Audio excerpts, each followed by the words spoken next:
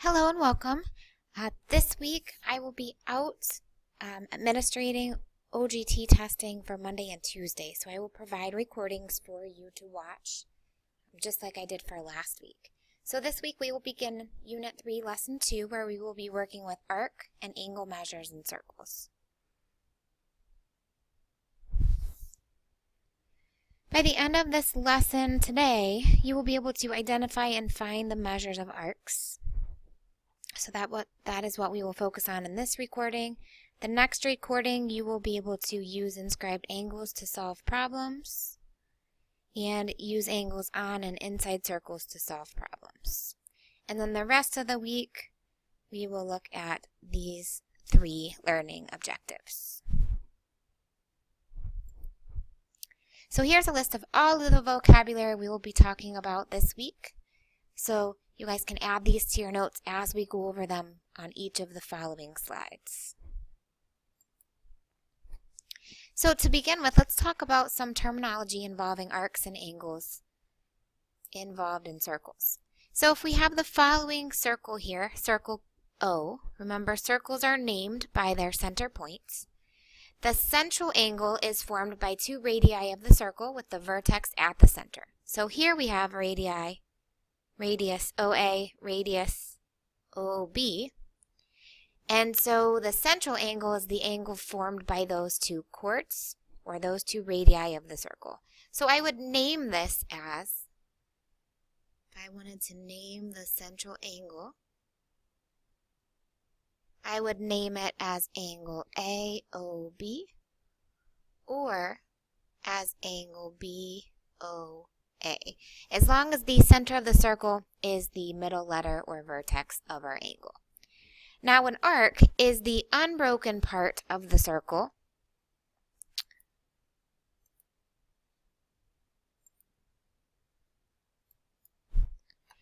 consisting of 2 points called the endpoints and all of the points on the circle between them. So the arc I would be referring to in this case is arc AB. And if I were to name that arc, I would use the 2 endpoints, A and B, and I would use my arc symbol above it. If you were typing the name of an arc on a document, on a lesson quiz, or in the text chat, on a Google form, you could even write it as arc and then AB.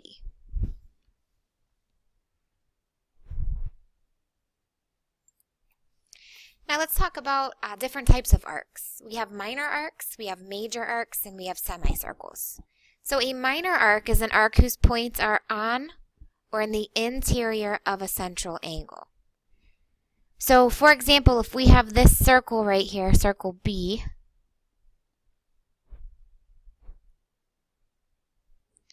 then the measure of a minor arc is equal to the measure of its central angle. So here is a central angle right here, angle ABC.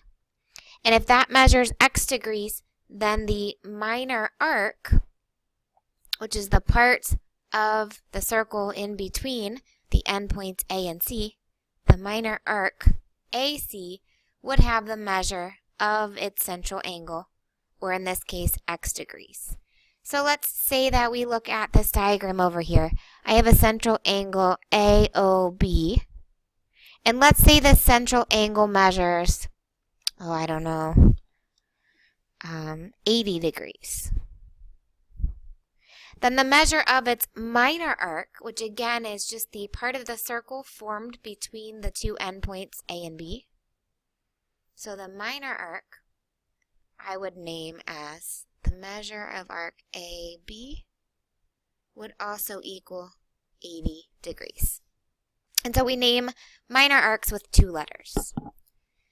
Now a major arc is an arc whose points are on or in the exterior of a central angle. So this is going to be the longer distance around our circle from point A through point D all the way to point C.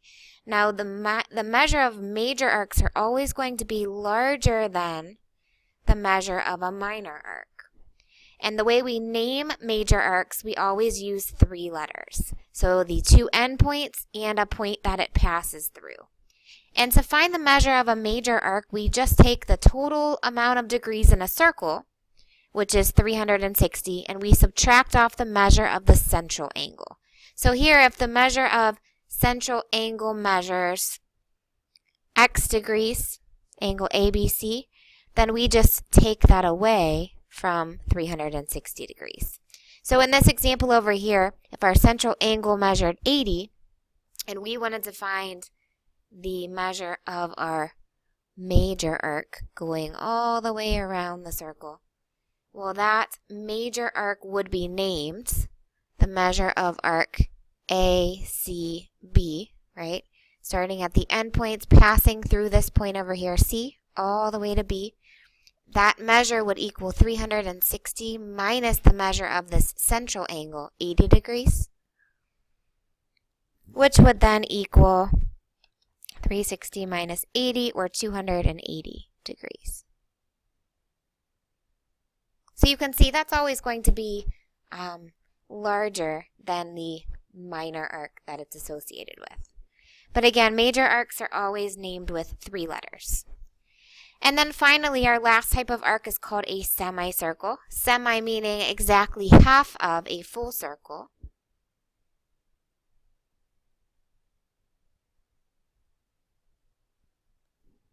And so we always name semicircles using 3 letters as well. So I would call this the measure of arc E to F to G.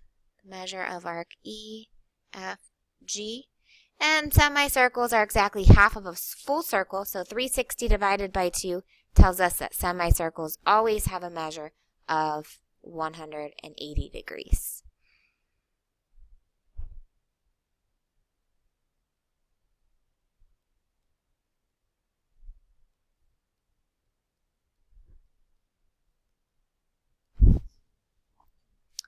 All right. So let's take a look at now arcs that are congruent. So congruent arcs are just 2 arcs that correspond to congruent central angles. And if arcs have congruent central angles, then those arcs will also be congruent. So let's take a look here. In this figure, if I am told that the measure of angle AOC, this angle here, is congruent to the measure of angle BOD, which they are because these 2 angles are vertical.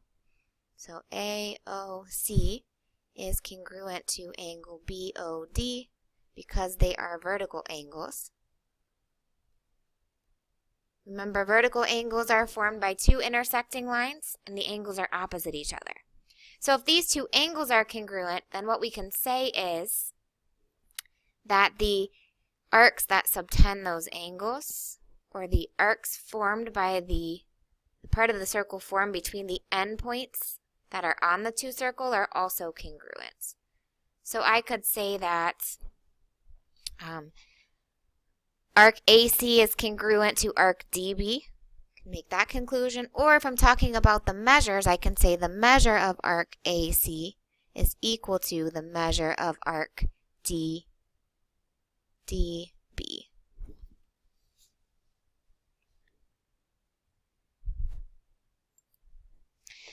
And so now let's take a look at the arc addition postulate. This postulate may remind you of some that we've already talked about way back at the beginning of Geometry A. If you think back to the segment addition postulate or the angle addition postulate, this works the same way, only instead of angles or segments, we are dealing with arcs.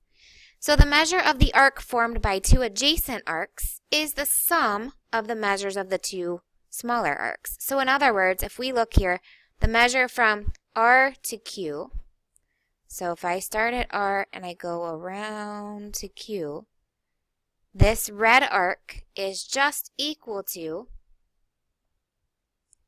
the measure of arc from R to P, so this green one, plus the measure of arc PQ.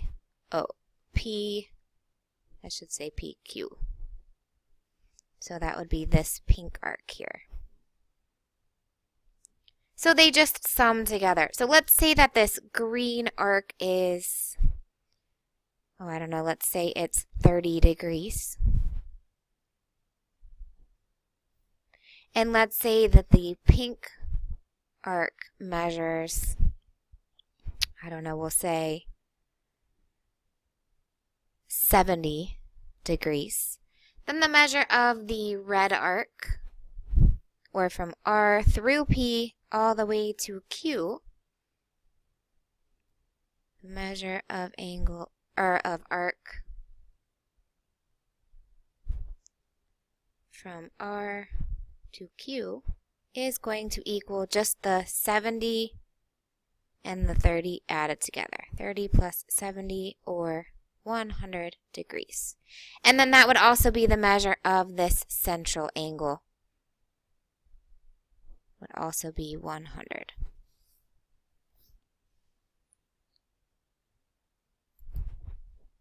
So let's practice using the arc addition postulate.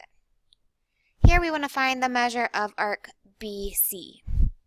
So the arc BC is this arc on the circle here, which means it is a central angle. It is an arc, I guess, subtending a central angle BFC. So whatever this angle measures, then that is the same as this arc measure. So what do we see here in our diagram? We see that we have two intersecting lines here and here that form this 97.4 degree angle. So that means this angle is 97.4 degrees because it's a vertical angle, which therefore tells us that the measure of arc BC is also equal to 97.4 degrees. Let's take a look at another question. Here we want to find the measure of arc JKL. So I'm going to start at J, pass through K, and go all the way to L. So I'm really looking for this entire red arc right here. So to do that, I've got to figure out each of these individual angle measures. And so if you look carefully at our diagram,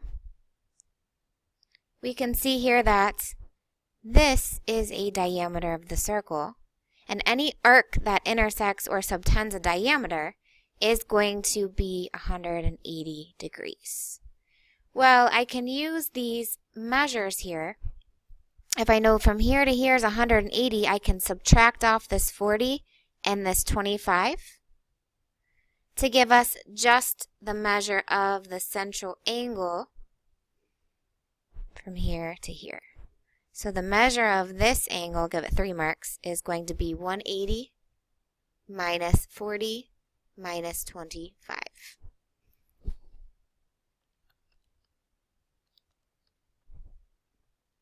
And so that's going to be a 115 degree angle right here, which means that this pink arc is 115 degrees as well. And so I also know that these two intersecting lines form a pair of vertical angles. So if this angle measures 25, then this angle measures 25. So now I can figure out the measure of arc JKL, which is just adding up the individual arcs. The measure of arc JK plus the measure of arc KL. And if I plug those in, I know this angle here is 25, so this arc is 25. Plus the measure of the arc from K to L, that's 115. So the measure from J to K to L using the arc addition postulate is just 25 plus 115, or 140 degrees. All right, let's look at our last set of questions. Oops. So I'm running out of time. I'm going to end this recording right here, and we will pick up right where we left off.